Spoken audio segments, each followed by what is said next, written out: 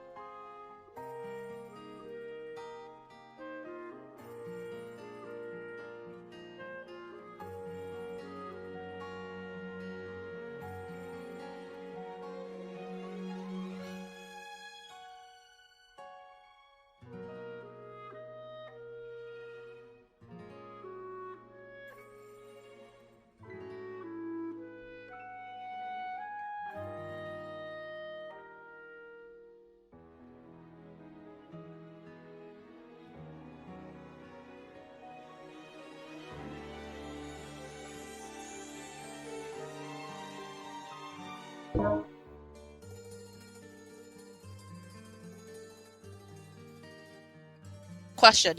Ray?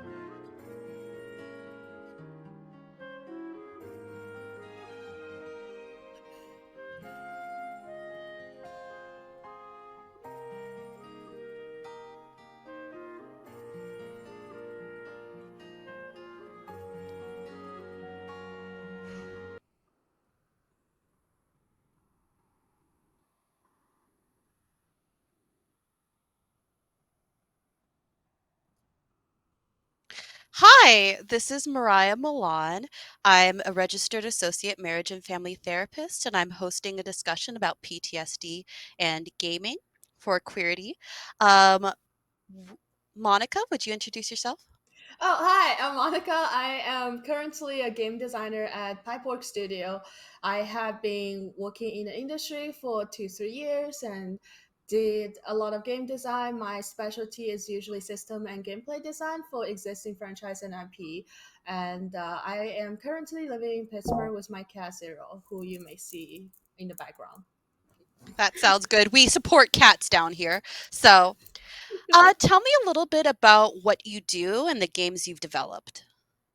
I am a game, as I say, I'm a game designer, and it's always a hard question about what do I do, but I would say I help with both idea generation and implementation on like creating gameplay and system to help details in like different games. I have worked on in many different platforms from like PC, mobile, VR.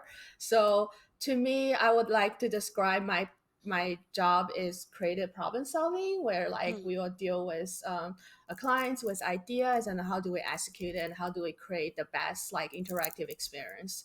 I have worked on right now. I'm working on online live game called The Walking Dead Last Miles. And before that, I have worked on a few NDA VR game, and also I was also a community manager at an Old World. I also designed the content for Garbage Pail Kids, the mobile game. And some of the stuff I do at NDA. Oh, another thing I do on my side is I make dating sim for fun, and I'm Ooh. currently is on leading a team making a dating sim called Himbo Hunter that you may heard about during GDCs, and like with a few like very talented folks, and we want to create a heartwarming and like inclusive queer inclusive dating sim that is geared towards like adult player. Mm. And please looking forward to that. Thank you. I most certainly am. I'm actually a very large fan of dating sims. So this is actually not one of the questions I intended to ask, but I'm Yeah. deeply curious. Have you incorporated PTSD in any of the dating sims you've worked on? So either characters with PTSD or PTSD as like a narrative plot point. Yes. Like actually, the reason I start to making dating sim was because I grew up playing a lot of dating sim, and uh, I had like, and before I started dating, because like I grew up in an environment where I was never allowed to date. So when I started dating, and like I started realize there's a huge gap between what dating sim are or like romantic media in general, and like there's a lot of like trauma I had relate to like relationship, relate to trying to date as a woman, and like in being a single woman is scary because every time you go on dates on like Tinder or OkCupid, like one of those dating app, and it's like I hope I don't get killed. I hope I don't get like like sexually assaulted. And there have been stories like that is like really scary where I feel like I don't feel safe. Mm. So one of the first game I made when I was in grad school is actually a game where I combined a lot of dating profile I have encountered at the time, and like I put you in the shoes where you have to decide whether this is a person you feel safe to go out with. And the Mm. reality is, the fun thing is I showed that game in like many different places, and it generated a lot of conversation, and a lot of people would be like, especially a lot of like my male friends, they will play the game and they were like, I don't feel safe to go out with any of them. I was like, that's the point, because these are Mm. all the stuff I have to deal with, and you're constantly in this choice of, do I risk it? Do I go out with this person? Do I take a chance in dating, or do I stay home? And the fact Mm. that is, it's really hard to tell whether it's a safe thing just from profile, and like there's only so many things you can tell from written, like, digital communication. And when you go out with, like, I have encountered a lot of time where the person is not what they say they are, or like the person act very erratically during the date, and it was like this alarm inside me is like, oh, do I, like, how do I protect myself, how do I make sure I can go home safe? um and so, like, to me, when I do a lot of dating sim, I want to incorporate like more real, like the real concerns, and like be like, it's not everything is fluffy, but it's Mm. okay. But on the other hand, I have been through trauma therapy in the past 2 years due to a relationship trauma. So to me, when I'm designing, and during the time, I had played a lot of game where um, it triggers me in ways that the game dev would never thought about. Like, for example, there's a game I play. Every time I die, there's a male voice angrily yelling, which Mm. is really common. Like, if you think of, there's a lot of game has that.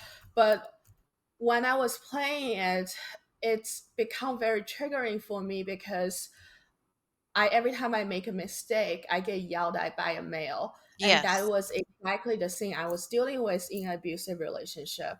So these are the little things that I was really upset I couldn't play the game, because I couldn't turn off that voice. So to me, when I design a game, I always make sure there are enough trigger warning, and I want to make sure, like, if there's anything that is like can be triggering, I want to have options to turn it off. I Because, see. and yeah, so to me, having PTSD makes me become very aware, especially when you pair like romantic dating content. Especially our audience are like adult players, and a lot of adult player has like relationship based trauma. And so to me, it's always about, how do I present a romantic fantasy without triggering people? How do I make it emotional accessible to people with different emotional condition to enjoy the game, while not don't have to deal with triggering elements that may put their mental health in jeopardy. And so I think that's like one thing to me very important. But on the other side, I always want to make sure, like, if we have an abusive character, we want to make sure we are noted in the game that this is not okay, this is abusive behavior. You don't have to, because I grew up playing a lot of Japanese dating sim where Yes. like they equal abuse with love. Yes, it is And like the strong man trope of, oh, he's so yeah, passionate, therefore he's exactly. violent, or he loves you so much, he follows and stalks Yes, you. And so a yes, lot of these things that are very horribly dysfunctional, maladaptive, are associated with having such large presences of love. And so it's really cool to me as somebody that consumes that sort of media and somebody who identifies as female who has experienced these things that you're coming at it from a perspective of number one, this does not equate to love or romance. And you're cognizant of just sort of like the risks inherent in dating, making yourself that vulnerable, and being ensure absolutely. that your game's presented in such a way where, no, this is not okay.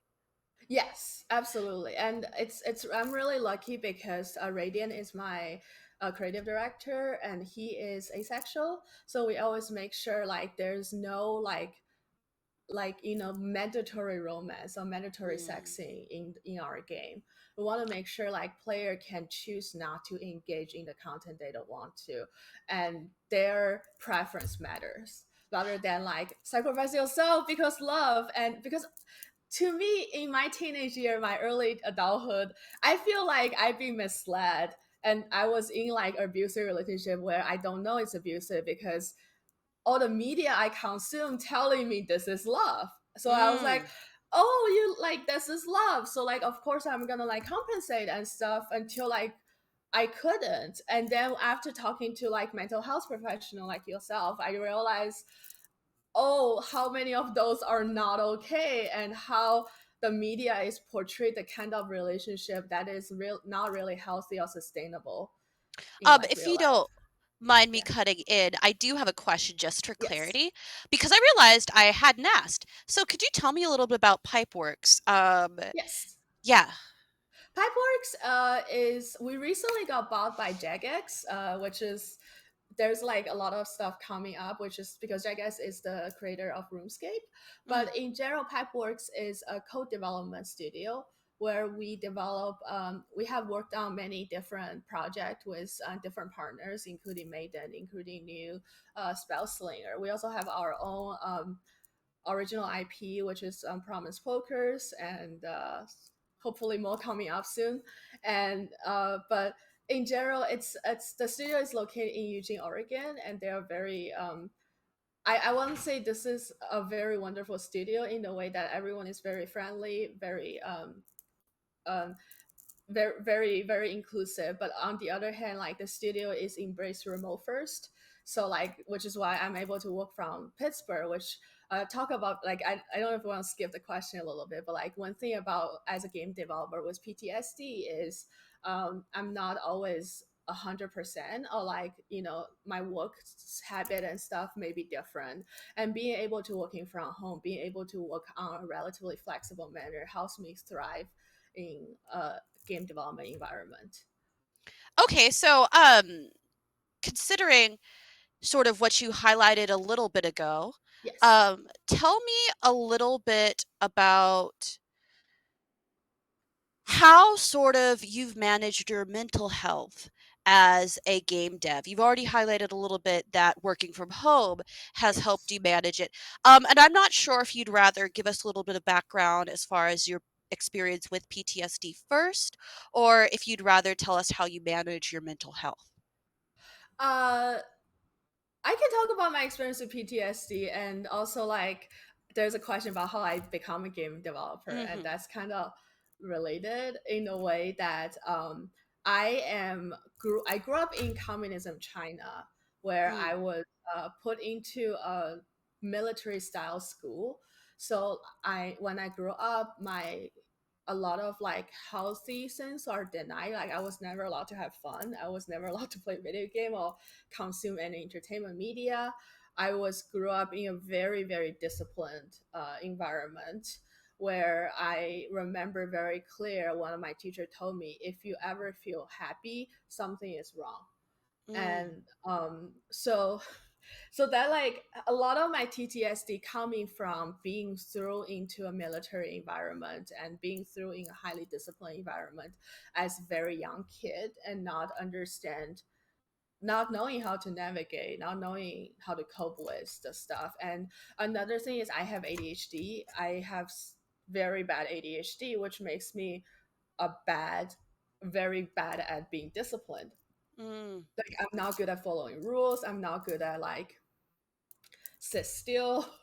And which as a result, when I grew up, I was often being labeled as being like um, bad, the evil person or the stupid person. They're like, this kid is stupid. And um, another thing is when I was born, my family like I'm not attractive in the traditional Chinese sense, and in China, a girl being unattractive is a big deal because mm, your appearance is so much so important for who you are.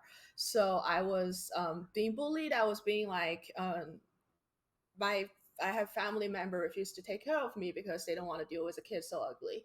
mm, Um, so to me, I have a lot of childhood related PTSD from bullying and just from the overall environment I was with. Um, but I didn't grow up playing video game. I was never allowed to play video game because my mom believed if I play video game, if I know what is fun, I would give up on studying or try to do other stuff, which is not true. Hmm. You can absolutely play video game and have a productive life. Yes. Um, yes, As you so prove. yes, exactly. And so I went to college in Wisconsin. I was study pre-law. I was actually study criminal justice, Mm, largely because I feel very related to. I was working with like in the juvie, and I feel really related to a lot of those kids because when you are grew up in a family that is really neglecting, yeah, it's easy to like go to do things that would people would consider deviant mhm, because as a kid you do not know how to navigate your like how to navigate the world where nobody pay attention to you, mhm. which I was studied to be pre-law, and I went on talk about dating sim. I went on the worst Tinder date ever. uh, Okay. Tell me all about it. so it's I don't blame that guy, like I just want to Okay. say, but like I went on a date with this guy who told me he's really good at sailing boats, and we went out on a boat and he's not good at sailing boat, so the boat the pool of the boat hit my head and I Oh have to go no. to a water ER, which water ER is a very fascinating thing. But anyway, I as a result having my head almost crack open, I had a really bad concussion. I was Oh bed rest for no. a year, Yeah. and I couldn't do any. I couldn't read. I couldn't watch TV because vertigos, and I lost all my balance.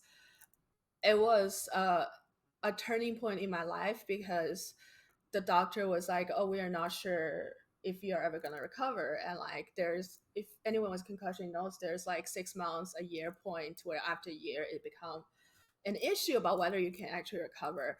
So I was passing 6 months points where I was still dealing with a lot of sickness. I started playing video game as a result because I don't feel like I have anything to lose. Okay. And I feel like I want to try this video game thing that everyone around me so rave about. And one thing that video game did to me is it's actually play a very important role for me to recover because the hand-eye coordination and like the little like when I was going to school, I was like very accomplished before, but then suddenly I couldn't do anything, and you feel like mentally you feel like, oh, what do I have left, and like I couldn't do anything. So play video game, the small achievement, the little game loop that like give you more rewards, and those achievements build me confidence about like things I can do, but also like the hand-eye coordination, the playing, the same dealing with the hands, and like it helps me recover and play a very important role to me.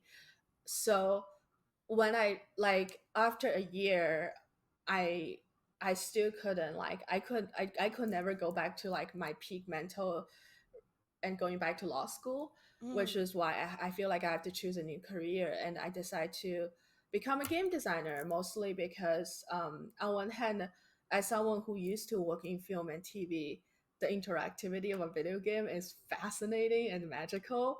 But on the other hand, I feel like I owe my life to video game. And also, I have my firsthand experience how video game can be therapeutic and can be beneficial to people. So to me, I want to create media that bring people joy and how people like pass time when it's get difficult. And so that's like how I become game. I sorry, I ramble a lot. I kind of forgot what's the You're question. you're all good. You gave me a background as to the Yeah, why, and so you really highlighted sort of what game is given to you. It gave you not only like a yeah, second chance at life, but it gave you this way to sort of experience yourself, romance people, in a way that's perhaps different than a lot of other forms of media. As someone who works in mental health, I agree with you. Gaming can be yeah, very much curative, and I don't know if enough people, especially those in power, those in the educational system, really give it its due. So, my next question for you is you've already talked about how you've incorporated PTSD and gaming. Um, How what is there any advice that you would give to other devs with PTSD or honestly any mental health or physical health needs? Yeah, I like so I feel like, especially as a game developer with marginalized identity, uh, and also like, but the biggest advice I would give is something I'm still learning is your feeling matters, like Mm, your opinions matters, because there is being, especially being a game designer, but being game dev in general, you're living in this idea that, which I agree, I'm extremely lucky to be able to work as a game designer, and like you're living in this idea, it's like, oh, you have a fun job, you're so lucky, and like you must like enjoy and like work very very hard, but like, and sometimes it makes people feel guilty that you feel tired, you feel burnt out, or like you feel like you're losing passion, or especially being a marginalized people, you are always, a lot of time your feeling, your opinions are not being like, are usually the minority voice in the room. So to me it's very important to understand that no matter how you feel, your feeling is valid, and to like take break, and like, because video making game is a very exciting environment, and like you get really excited, and like sometimes I get like so into it, and then I would just have like a mental exhaustion. So like being able to take care of yourself is the best, and finding the best working environment, which is something I want to advocate. I just feel like we should more embrace the working from home or remote flexibility, mm, because to me, when I used to work in the office, and the hardest thing living with PTSD working in the office is when um you dealing with something that become very triggering, or you deal with stuff that you are very like, you just, so like if you have like get triggered, and like the best thing I should do is taking a break, isolate myself, and to like calm down. But when you're in the office, you're, especially in like open office, which most game dev, unless you're executive, you're gonna be in open office, it become very hard, because I feel the need to put on a happy face, to put on a positive mm, attitude, because, and especially being a game designer, part of my job is to glue the team together and to help like get the team. So like I don't want to be like, oh, I'm having a mental breakdown, because I feel like that will affect my team. But there are times I just want to be alone a little bit, and like I don't want to. And so either like, if you working in an office, try to find places that is like, can, you can call your sanctuary, like find places in office where you can like be alone and you can recover, like it's either going out for a walk, or one thing I usually do a lot when I was in working office is I will hide in the restroom. I will hide in the restroom stall and just like to like, be myself for a little bit. So like find ways that to like help yourself to, if things goes rough, and learning different coping mechanism. And um it's hard to give advice because every work environment is different, and sometimes advocate for yourself can put yourself in jeopardy. But I'm really lucky, like Impact Works, everyone was like really understandable and really really friendly on this. But like if you feel safe, let people know about like what's going on, like so they know when you disappear a little bit. And if you work I would go so extreme that if you work in an environment where you feel like you cannot have 1 minute to yourself, maybe look for a new job.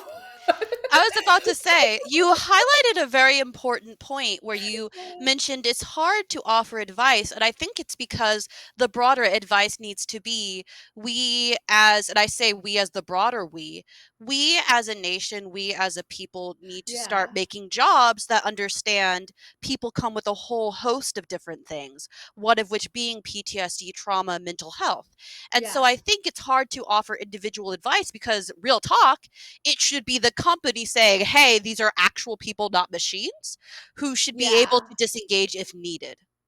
Yes, I feel like there's one issue I think to do is it become less of an issue over because since ever since I joined the industry, I think the industry has become more that diversity become more and more important and like inclusion become more and more important, which is positive. But like when I first joined, I noticed one thing is it's a lot more okay to like drink your emotion away Mm, than want to take time off. It's like in game studio in general, it's mhm, like it's a lot more okay to just like drinking beer at like 3 p.m. and like when time are tough, but less okay than be like I need to take 2 hour off by myself, which mm. is not healthy. Like it shouldn't like alcohol shouldn't be a default way to like deal with emotion. So I wish like I'm seeing like it's like with the working from home, it become more and more possible for people to be like, okay, I need some time by myself, and less. I don't feel the stress about like I have to be positive and passionate 24/7 as I had when before COVID happened. I completely understand. Now, I know I've touched on this a little bit, but I really wanted to give you kind of space for it because I know this is something that you're quite passionate about. So, this could be either in your secondary work doing dating sims or in your current main job with Pipeworks. How do you really work towards integrating PTSD in the games you help dev for or the games you just even think up? I think acknowledge the existence of PTSD was the first, and also like I think it's really for personally like what I do, and I understand it can be really hard for a lot of people, is I'd rather be vulnerable and telling them like this can be an issue and be like, okay, this is like these things, if you have these like war related trauma, or if you have like childhood related trauma, this can be an issue. And like understand PTSD. I have read a lot of PTSD book and stuff, but to me, I use game development like practice as part of my like when I going through trauma therapy.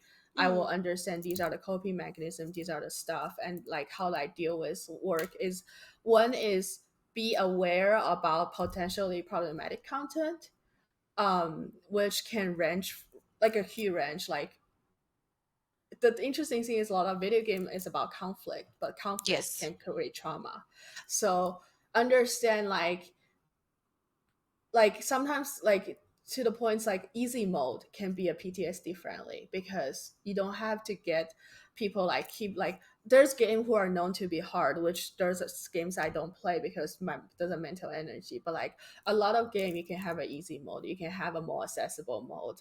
So how people going through stuff, they don't have to repeat experience the same thing again and again. And another thing is Dark Soul has this, which is like a firework. I always call it my firework mechanics. Is giving people safe room in video Ah, in game design. Is like a lot of like instead of having people just go go go go go, giving them safe room, giving them time to take a breeze, giving them time to like yes. walk away, and like without like oh I forgot to press the pause menu and I'm dead, or like I have to restart. So like there's a lot of stuff, and but like to me, when we before release a game, we do a lot of play testing, and it's always important for me instead of asking like, "Do you like this?" or stuff. I always ask my player, "How what are you feeling right now? What does this what like? Are you how does this mechanics makes you feel? Like how does this content makes you feel?" And give your playtester chance to express themselves, because playtester can teach me things that I don't catch and like I don't know. And like the reality is as a game designer, there's no way I can know every single PTSD and trigger point. So like Mhm. playtesting is a big point. Listen to people is a big point. Because I think a bigger issue with PTSD is sometimes I will play game with PTSD and I will like try to communicate with the dev and they just be like, "Oh, you're too fragile," and like do not like again it goes back to like give dev with PTSD advice. It goes with playtesting development is people's feeling are valid. Like you need to make a conscious decision if you want to filter this. Like it can't the conscious decision can be we don't want to cater to player like this, it's okay. Put trigger points in the beginning of the game. Be like, this game is not suitable if you have this related trauma, which I is wanted to, sorry, didn't mean to cut in, but I did want to ask you because I think you are positioned in a very unique point in that you are film presenting and you are a game dev with PTSD. And so you had mentioned that oftentimes when you express a need, express a desire for augmentation, it's responded to with you are too fragile. And I know as somebody who is film presenting, that is also something that gets hit back at me when you express, hey, maybe this is not okay, it goes too far. It's like, oh, you're too fragile. So I suppose how I want you to sort of speak to the femme presenting experience or the experience of those who identify as femme presenting and PTSD and just the game industry as a whole. yes, it's I always think back what Audre Lorde has wrote, which is like, often in situation like this, the oppressed has to be the educator, Mm, and that's very unfortunate. But that's often the case. Is if I'm talking about content that is triggering me, and then I being told you're too fragile, it's double triggering. mm-hmm. It's Yep. actual yeah. Because It's it's like minimizing. It yeah, minimizes your experience. It's like, oh, you're just too fragile. But it's like, well, shit. What about what I'm actually feeling? yeah, and also like in game design, like professional environment, you will often be through the question is, well, it's just you. Nobody else Mm, have this issue, which is not true because often like we all have like not. I don't think there's like a lot of people have exactly the same experience I have, but I think there's a lot of people experience some sort of related trauma, mm, and it is very tough, and especially we are still like diversity has been a very big if effort, but diversity effort in the game industry hasn't been long enough that a lot of people in the management are still cis het white dude, mm-hmm, and like people in the management who can make a decision are still very like they were like, oh, I have made into this point, and I know what player wants, and like I've been in the industry for so long, but in reality is when they get up in the industry just doesn't care about like minority people. mm, But these days, like it is important, and it's always a battle. Is like, do I bring it up? Do I talk about this issue? And like, what are the consequences? And I have worked in a place where your performance is directly tied to what everyone in the company think about you, which makes bring up these kind of issue very hard, mm, because if you bring that up, you'll have a majority of people just write in their review, be like, Monica is like, a trouble. She like bring up stuff and like delay the production, which makes it really hard. Um, yeah. it's company that incorporates like diversity, and company that understand that everyone is different. There's gonna be disagreement, especially being a game dev.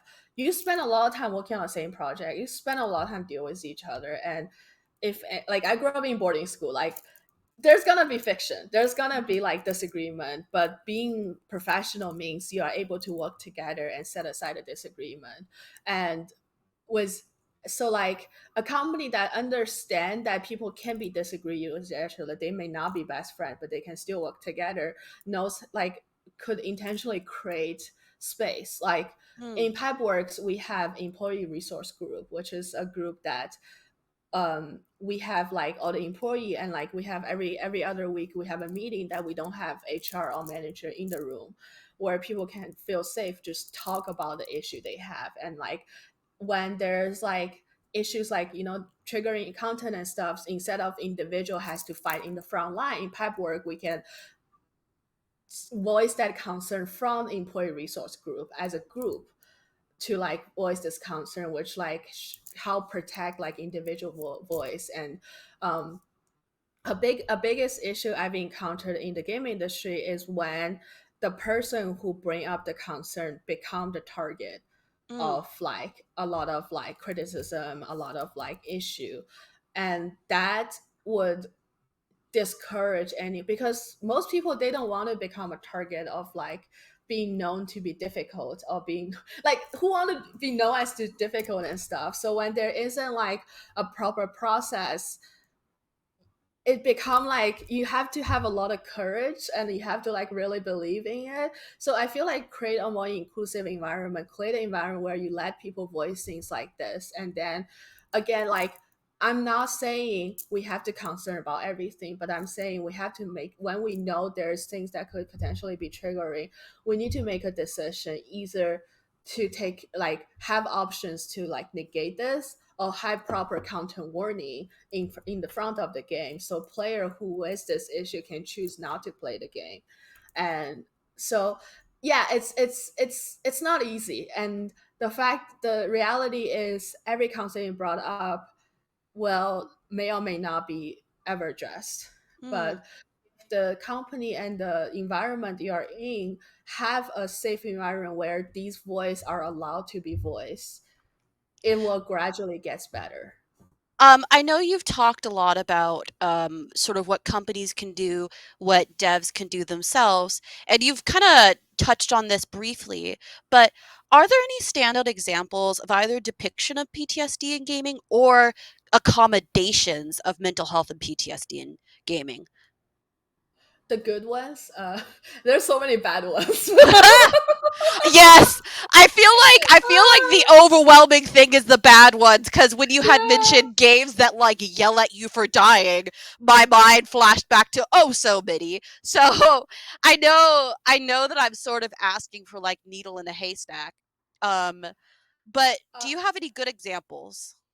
I would say the good example for content warning is actually this game I recently played called Immortality. Mm, Like, that game has a lot of potentially triggers thing, but they list all of them in the front. And okay. like, so like, it's another thing is a lot of people who like doesn't take content warning seriously. But if you are a player with PTSD, read the content warning, because and that game did a good job in like listing all the potentially like triggering things, so like player can make decision.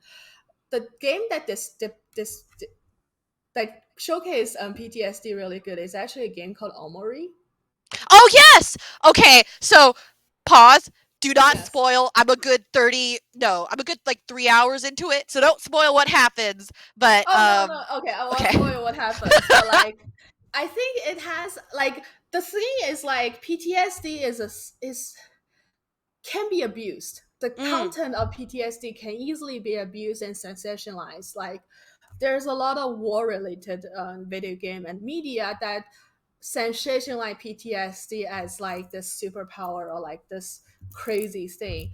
mm, Um, I think Omori did a very good job about portray what it's like to live with PTSD, because there's one example where like the character is scared of heights. So when he tried to go on height, there are like darkness surrounding you, and yes. you have to decide. And that's what, to me, it's a very accurate experience with PTSD. Is like, I'm going through life, but there are points where to other people it's just regular going up the stair, but for me it become a challenge because I couldn't see the environment as clear as I would have otherwise. Mm, And to me it's a very interesting display of PTSD. Is it's not something that is like it's not necessarily something that is gonna like debilitate you, but if it debilitates you, it's because you are seeing the baggage and the fear that other people are not able to see. okay. And to me it's like, because a lot of people be like, oh, if you are able to do this, that means you don't have issue, which is definitely not true. Is like, people with PTSD, especially people with like childhood PTSD, you learn to cope, you learn a lot of unhealthy coping mechanism, but doesn't mean like, it is like, I don't necessarily behave the way what a lot of media portray PTSD is. And I think like there aren't like a lot of PTSD is used as like a stats nerf.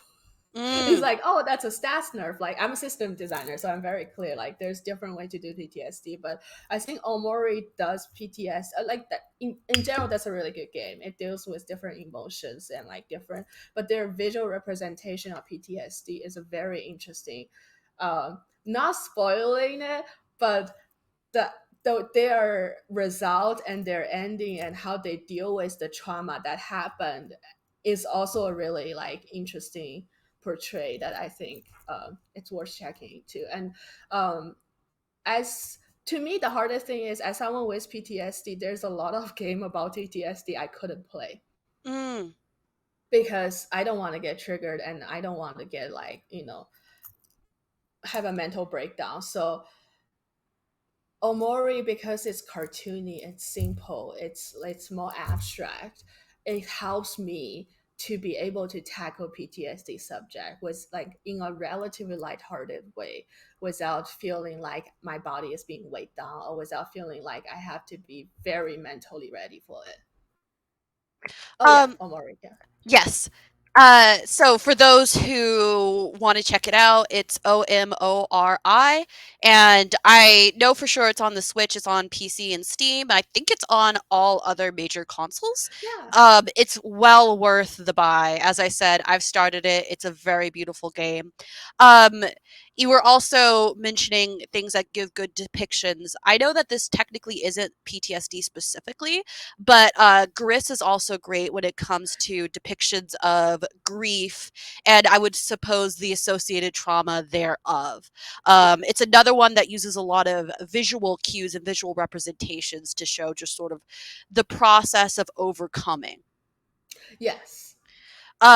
So this does not need to be PTSD specific. So it doesn't need to be a game that necessarily has a good presentation of PTSD or a presentation at all. But have there been any games that you found that have been beneficial to your mental health? This can just be any games in general. Yeah, I think a lot of management game are very beneficial in the way that it's like I joke about this, but like it's also kind of true. Is I play management because a thing about PTSD is feels like you don't have control of your life. Mm, It's the feeling that um you're like when I'm in like a very bad episode, like anyone who come to my house, they will know that because my room will be like a mess, and mm, like it's really hard to have an organized, functional life. Uh, to when you're dealing with PTSD episode, like a lot of mental health issues. And to me, like a lot of management thing, it's this idea is like you're doing one little thing at a time, and gradually you're like putting things in order.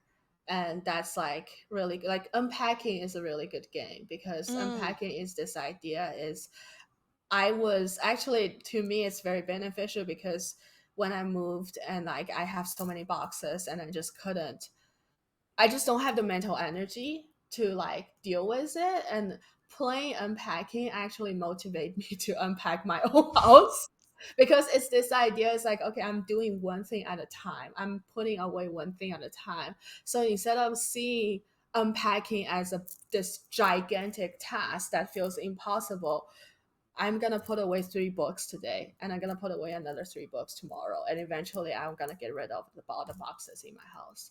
So, like to me, a lot of management game, like Animal Crossing, is obviously a good example. Like how this helps so many people during pandemic. Is Mm. this idea is like when you feel like your life is out of control, a lot of simple management game can help you feel like the sense of control and normalcy in your life. And to me that's like very therapeutic. Since we're getting close on time, I do have a few questions. Is there anything that you'd like to plug? Anything that you want to tell our audience about? If you're interested about Himbo Hunter, you can follow Twitter on Himbo Hunter Game where we'll post all the updates. And if you want to follow me, my Twitter is designer Monica on Twitter. So you can follow me, and I do a lot of work on like like help make the game develop industry more inclusive. Like last year, organized a GDC talk about neurodiverse game dev and how you can be neurodiverse and thrive in game development. And right now I'm organizing some talk about like combat design, which is another issue we didn't talk about. Is a lot of my trauma is violent related, and I for a long time I've been avoiding violence, but learning how to do combat design, being a like learning how to deal with conflicts, helped me feel more confident and feel more safe in my own body. So I am doing some like organizing some talk about like combat design for people with marginalized identity, and how that's like how people with marginalized identity can do combat design differently than what you see a lot in AAA game. And so yeah, I occasionally post picture of my cat Zero, so if that's a And good your cat example. is super adorbs. Um, but thank you so very much for your time. You Yeah. are doing something so unique and offering representation that isn't always there. So I truly appreciate you taking the time to really tell us all about where you're coming from and your experiences. Yeah.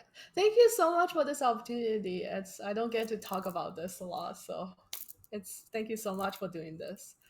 Of course. Yeah.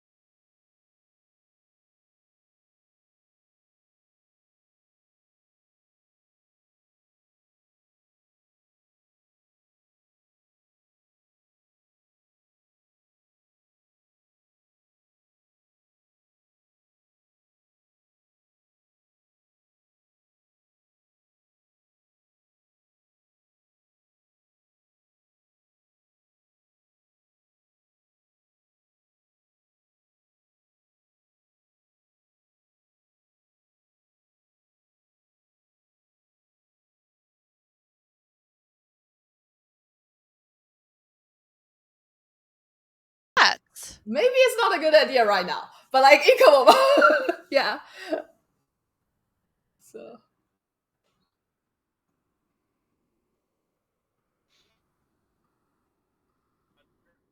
Good. Good. What is yeah, this? Why is this? What? I'm very There's a confused. fucking pop up. Okay, sorry. Do I just no thanks? Yeah. Oh.